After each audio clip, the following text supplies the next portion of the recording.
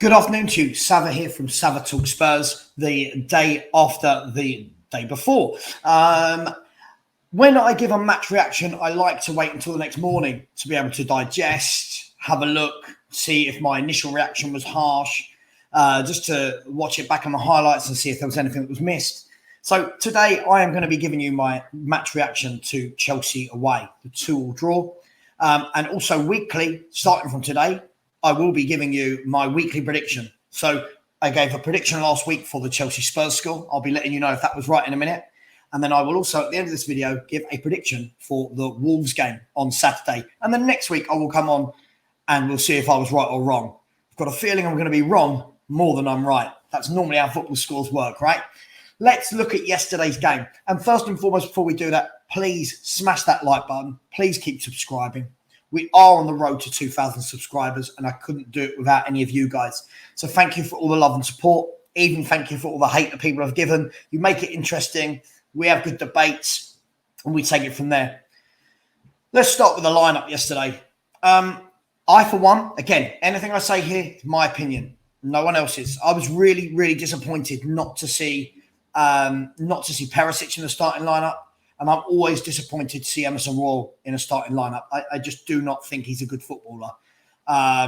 Apologies. So I was a bit disappointed. I also wanted to see Basuma in instead of Højbjerg. Just me again. I feel that when you buy in players like Basuma, when you buy in players like Perisic, for me, the only two guaranteed starters from the 6 that we signed, they've got to go in for these big games. And make no mistake about it, guys and girls. Yeah, Chelsea away is a big game. All of this that they've fallen off a cliff, they're terrible, they're in disarray. They're a big, big game. So I was disappointed to see the lineup. The school of thought was, well, they played well the week before against Southampton. But again, I don't really do sentiment. For me, this isn't about sentiment. This is about putting the best players on the pitch to get the best result for the game in hand. So I was disappointed to see that. But I wasn't surprised. So I know why he did it, and unfortunately, it didn't work. Let's look at the first half. The first half was one of the worst halves of football I think I've ever seen from Tottenham. It was truly awful. We looked like a group. Sorry, people won't like this because it's Conte, but I'm sorry. We looked like a group of players that had never played together before, that hadn't had a pre-season, hadn't worked during the week on any sort of shape, or how to nullify Chelsea, or how to get in and amongst Kante and Jorginho, who I was told before the game they were both dusted. Our central midfielders are better than theirs, and they controlled the game completely. I thought Kante and Jorginho were excellent. Hate to say it, but they were. Kante does the work of about 3 men, and Jorginho's just got such a lovely way about him, lovely passing. For me, that's why he's at that notch, and Bentancur's that notch. Not saying that can't be bridged, but at the moment, that's the way I see it. So they dictated play from the very first minute. I thought Chelsea were excellent, unfortunately. This wasn't the Chelsea that we'd been told for weeks and weeks and weeks were on a decline.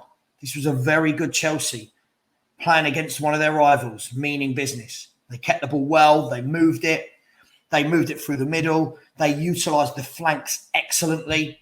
I thought Cucurella and Loftus-Cheek, who started on the right wing back, were phenomenal. I thought they were excellent, constantly available for the ball, constantly going and joining in the attacks, overlapping, whipping balls in.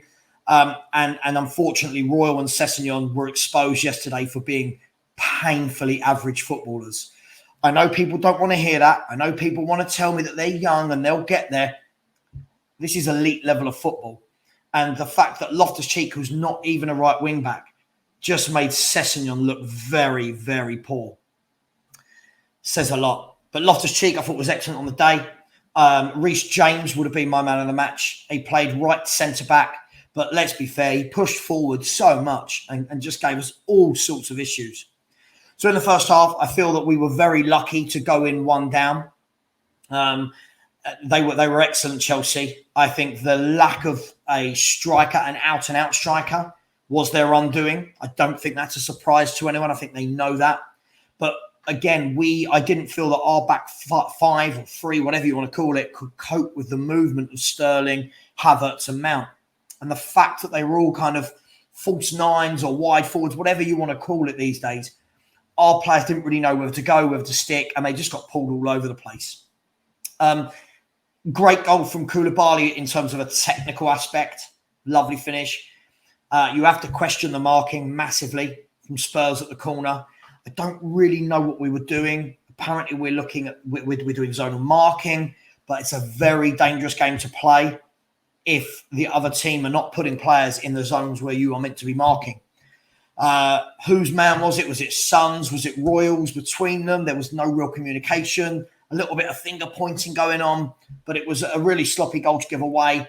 And again, the defending set pieces, we can't do it. It's very, very poor. That's not changed under Conte. That's something that they definitely got to work on this season. For me, that will only come from buying better centre halves. I'm so sorry. No, I'm not. I won't apologise for having ambition. Dyer and Davis, for me, they are not that level. Christian Romero is a fantastic centre half. He's not very good in the air, though. And then when you add that to Davis and Dyer, who aren't very good in general, I think that it's a long season to have those three. So I wouldn't be surprised now to see Longley come in. But again, is he the answer? I don't know. Second half started more of the same. I was really, really baffled not to see a single change from the Tottenham team at halftime. I thought there would have been a reaction from Conte to say, hey, that was awful. I'm bringing you three out, putting you three in. Didn't. Second half started exactly the same as the first half. They had all the ball. They had chances. Again, their lack of finishing is what undone them. Then we got the goal back. Was it dubious? Was Richarlison offside? Not for me. I feel like if you were to start chalking off goals like that, we'd be seeing goals chalked off all the time. Good strike by Højbjerg, who, other than that, I thought was absolutely dreadful on the day. But a good strike from Højbjerg to get us back level. And then you're thinking to yourself, right, keep it tight. What can we do? Then Chelsea regained momentum. Again, kept the ball, moved the ball, the overlapping. Should have scored a few more. And then they just absolutely ripped us apart, wide open for the goal. A good goal. Thought Sterling was going to have a shot, to be honest. I thought he'd held on to it a bit too long, laid it off right at the right moment, and Reece James couldn't miss. I've heard people saying that Lloris should have done better, but I mean, you've got to remember, when you're 6 yards out, Premier League footballers, it's a tough one. They're going to have some power behind their shooting. But it is what it is. We're 2-1 down. Then I feel that we huffed, and we kept going, which is the positive for me. This is the only positive I can take from yesterday's result. Yeah, was that we kept going. We didn't stop. We didn't back down. And then we got the goal in the end. We did get the goal. Now, again, the controversy, should it have been a foul on Havertz earlier in the build-up for the first goal? Should it have been a foul from Romero pulling the hair of Cucurella? Never mind. It doesn't matter. We got the rubber to green. Great corner came in from Perisic, who is miles better than Sessegnon, by the way. Just miles better. Great cross, and Harry Kane was there to flick it in, and we got away with it. People won't want to hear that, but we did. We got away with it. We got a point onwards and upwards. The worrying aspect from that performance for me was the lack of football we played. It was, we couldn't pass free. We couldn't put free passes together. No one looked like they wanted to pass someone in the same colour shirt. The ball wasn't sticking with the front three. And again, I've said this before, and people keep telling me I'm wrong about this, but the fact that there's no one in midfield that can pick a pass moving forward meant that we kept giving the ball away. I thought Højbjerg and Bentancur were exposed in that game. Whilst Bentancur ran the show from midfield against Southampton, this was a very different proposition. But the positive, that was the negative. The positive was that we did stick in there. We did grind it out, and we did get a point at a ground where we notoriously don't. Got to build upon that. Can't be seeing displays like that. It's easy to say everyone has off games, but we were that poor. That was one of the poorest displays I've seen. And I said it before, if Nuno would put that performance out, or Jose, the daggers would be out. So I want to see, from a fan perspective, a much better performance next time we play a big team. So what did Savva predict? Savva all week, I don't know why I'm talking in third person, I did predict 2-2. It didn't go how I thought it would, though. I predicted the score correct. I genuinely thought this was going to be an end-to-end ding-dong game. And it wasn't. It was an utter domination from Chelsea. But predicted the score right. My worry all along from a Chelsea standpoint was that they don't have the goal scorers, which worries me. I'll tell you why that worries me is because I know that they're going to go out and buy someone to play in that area. My worry from a Spurs standpoint was, can we cope with their midfield and wing-backs? And we didn't. We didn't at all. We were overloaded in the wing-back area. They absolutely punished us in those areas. And as I said, I thought Kante and Jorginho were epic. I thought Conor Gallagher came on and had a really good cameo. Shout out to Richarlison. He came on, had a good cameo as well. Not the silky, skillful Brazilian type you think, but more of the getting stuck in, putting his body on the line, closing down, just being a real menace. He came on and done a good job. Perisic did as well. Does Richarlison deserve a start the next game against Wolves at home? Perisic has to start, surely. Basuma, surely he's going to be starting games. So all in all, we'll take the point. Bite your hand off for the point now for how poor we played. But performances have got to improve. Now, hopefully you don't think that was too harsh. As I said, let me reiterate before anyone calls me negative. Great result, awful performance. I don't think anyone in our first 11 could really hold their head high from yesterday. One of the poorest I've seen Son, Kulusevski and Kane play. I thought all three of them were dreadful.